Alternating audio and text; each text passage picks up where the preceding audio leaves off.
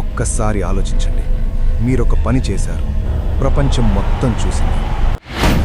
దాని ప్రూఫ్ మీ దగ్గర లేదు. అది మీకు ఎలా అనిపిస్తుంది? సరిగ్గా ఇదే సిచ్యువేషన్లో ఉంది నాసా. 1969లో జరిగిన అతి పెద్ద ఈవెంట్కి ఒరిజినల్ ప్రూఫ్ మిస్ అయింది. ఇవాళ మనం ఆ రాత్రి గురించి మాట్లాడుతున్నాం.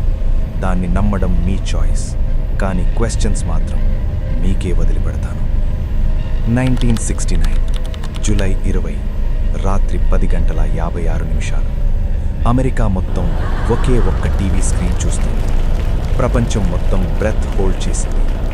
600 మిలియన్ల మంది ప్రజలు ఒకే మూమెంట్ కోసం వెయిట్ చేస్తున్నారు. That's one small step for man, one joint leap for man kind. ఆ ఒక్క అడుగుతో అమెరికా స్పేస్ రేస్ గెలిచింది. చరిత్ర మారిపోయింది. కానీ ఆ అడుగు నిజంగా చంద్రుడి మీద పడిందా? ఈ క్వశ్చన్ అర్థం చేసుకోవాలంటే మనం 1960స్కి వెళ్ళాలి. అప్పట్లో ప్రపంచం 2 భాగాలుగా చీలిపోయింది. America versus Soviet Union. ఇది నార్మల్ వార్ కాదు, ఇది పవర్ ప్రూవ్ చేసే రేస్. ఎవరు టెక్నాలజికలీ పవర్ఫుల్ అని ప్రపంచానికి చూపించే బ్యాటిల్. 1961లో సోవియట్ యూనియన్ యూరీ గగారిన్ని స్పేస్కి పంపింది. అమెరికా షాక్ అయింది. అప్పుడు ప్రెసిడెంట్ కెనడీ ఒక ప్రామిస్ చేశాడు. ఈ దశాబ్దం ముగిసేలోపు మనిషిని చంద్రుడిపైకి పంపుతాం. దేశం మొత్తం ఆ మాటలు విన్నది. కాని నాసా ఇంజనీర్స్కి తెలుసు, టైం చాలా తక్కువ. టెక్నాలజీ ఇంకా రెడీ కాలేదు. ప్రెషర్ మాత్రం భరించలేనంత ఎక్కువ. ప్రెషర్ ఎక్కువైనప్పుడు మనుషులు షార్ట్ కట్స్ వెతుకుతారు. అది ఇండివిజువల్స్ అయినా, గవర్నమెంట్స్ అయినా. స్టాన్లీ క్యూబ్రిక్ 1968లో అతను 2001 అ స్పేస్ ఆడిసీ అనే సినిమా తీశాడు. ఆ సినిమాలో స్పేస్ విజువల్స్ చూసి ప్రపంచం నోరు వెళ్లబెట్టింది. అవి నిజమైన స్పేస్ ఫుటేజ్ కంటే నిజంగా కనిపించాయి. అక్కడ్నుంచి ఒక థియరీ మొదలైంది. కాన్స్పిరసీ థియరిస్ట్ చెప్తున్నారు, నాసా సీక్రెట్గా క్యూబ్రిక్ని కాంటాక్ట్ చేసిందని, మూన్ ల్యాండింగ్ ఫుటేజ్ని స్టూడియోలో షూట్ చేయమని రిక్వెస్ట్ చేసిందని. ఇది నిజమా? దీనికి సాలిడ్ ప్రూఫ్ లేదు. కానీ ఒక విషయం ఇంట్రెస్టింగ్గా ఉంది. క్యూబ్రిక్ ఆ తర్వాత చాలా గార్డెడ్గా మారాడు. ఇంటర్వ్యూస్ తగ్గించాడు. పబ్లిక్ అపియరెన్సెస్ చాలా రేర్ అయ్యాయి. కోయిన్సిడెన్స్ అయి ఉండవచ్చు, కానీ కాన్స్పిరసీ థియరిస్ట్లకి కోయిన్సిడెన్సెస్ నచ్చవు. ఇప్పుడు ఫ్యాక్ట్స్ చూద్దాం. మీరే జడ్జ్ చేయండి. మూన్ మీద అట్మాస్ఫియర్ లేదు, గాలి లేదు. కానీ నీల్ ఆర్మ్స్ట్రాంగ్ పెట్టిన అమెరికన్ ఫ్లాగ్ కదిలింది. నాసా ఎక్స్ప్లెనేషన్ ఏమిటంటే, ఫ్లాగ్లో హారిజాంటల్ సపోర్ట్ రాడ్ ఉందని, ఆర్మ్స్ట్రాంగ్ దాన్ని ప్లాంట్ చేసినప్పుడు మూవ్మెంట్ వచ్చిందని, తర్వాత అది స్లోగా సెటిల్ అయ్యిందని. వీడియోస్ చూస్తే నిజంగానే సెటిల్ అవుతుంది, కానీ కొంతమందికి ఆ మూవ్మెంట్ టూ పర్ఫెక్ట్గా అనిపించింది. మూన్ సర్ఫేస్ మీద తీసిన ఫోటోస్లో ఒక్క స్టార్ కూడా కనిపించదు. NASA explanation simple. Camera exposure. Bright moon సర్ఫేస్ని క్యాప్చర్ చేయడానికి ఎక్స్పోజర్ సెట్ చేయడంతో డిమ్ స్టార్స్ కనిపించలేదు. ఫోటోగ్రఫీ ఎక్స్పర్ట్స్కి ఇది నార్మల్ ఎక్స్ప్లెనేషన్, కానీ అందరికీ అది కన్విన్సింగ్గా అనిపించలేదు. మరొక పెద్ద debate Van Allen radiation belts. Earth చుట్టూ డేంజరస్ రేడియేషన్ జోన్స్ ఉన్నాయి. 1969 టెక్నాలజీతో ఆస్ట్రోనాట్స్ వాటిని సేఫ్గా దాటారా? సైంటిస్టులు చెప్తున్నారు, అవును. ట్రజెక్టరీ కేర్ఫుల్గా ప్లాన్ చేశారు.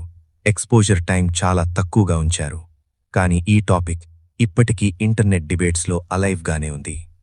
కానీ అన్నిటికంటే డిస్టర్బింగ్ విషయం వేరే ఉంది. Moon landing original tapes NASA దగ్గర మిస్ అయ్యాయి.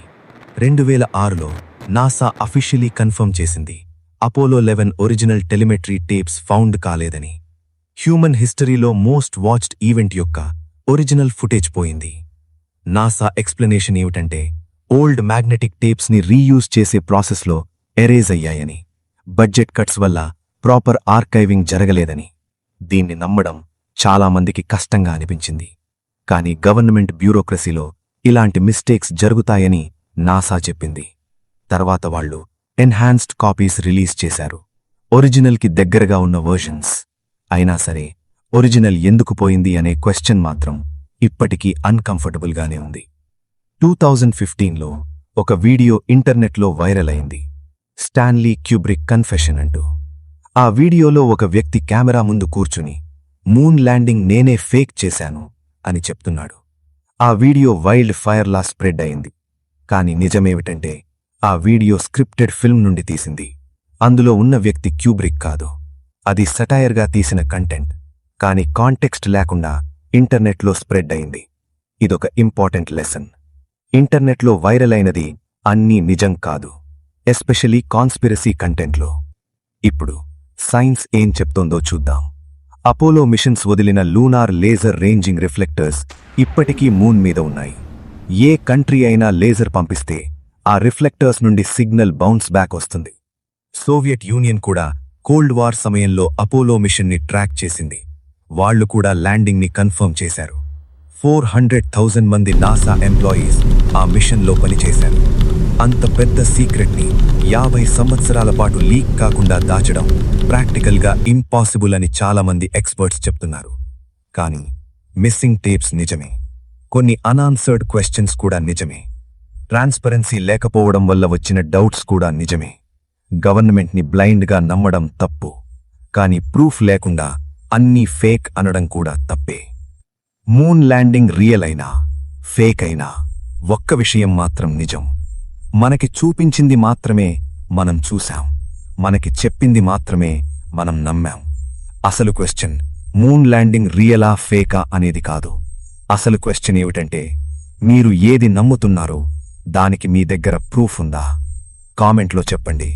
మీరు నమ్ముతున్నారా? నెక్స్ట్ వీడియోలో 1970sలో ఒక మనిషి ఫ్యూచర్ నుంచి వచ్చానని క్లెయిమ్ చేశాడు. అతను చెప్పిన ప్రిడిక్షన్స్ ఒక్కొక్కటి నిజమవుతున్నాయి. సబ్స్క్రైబ్ చేయండి, బెల్ కొట్టండి, మిస్ అవ్వకండి.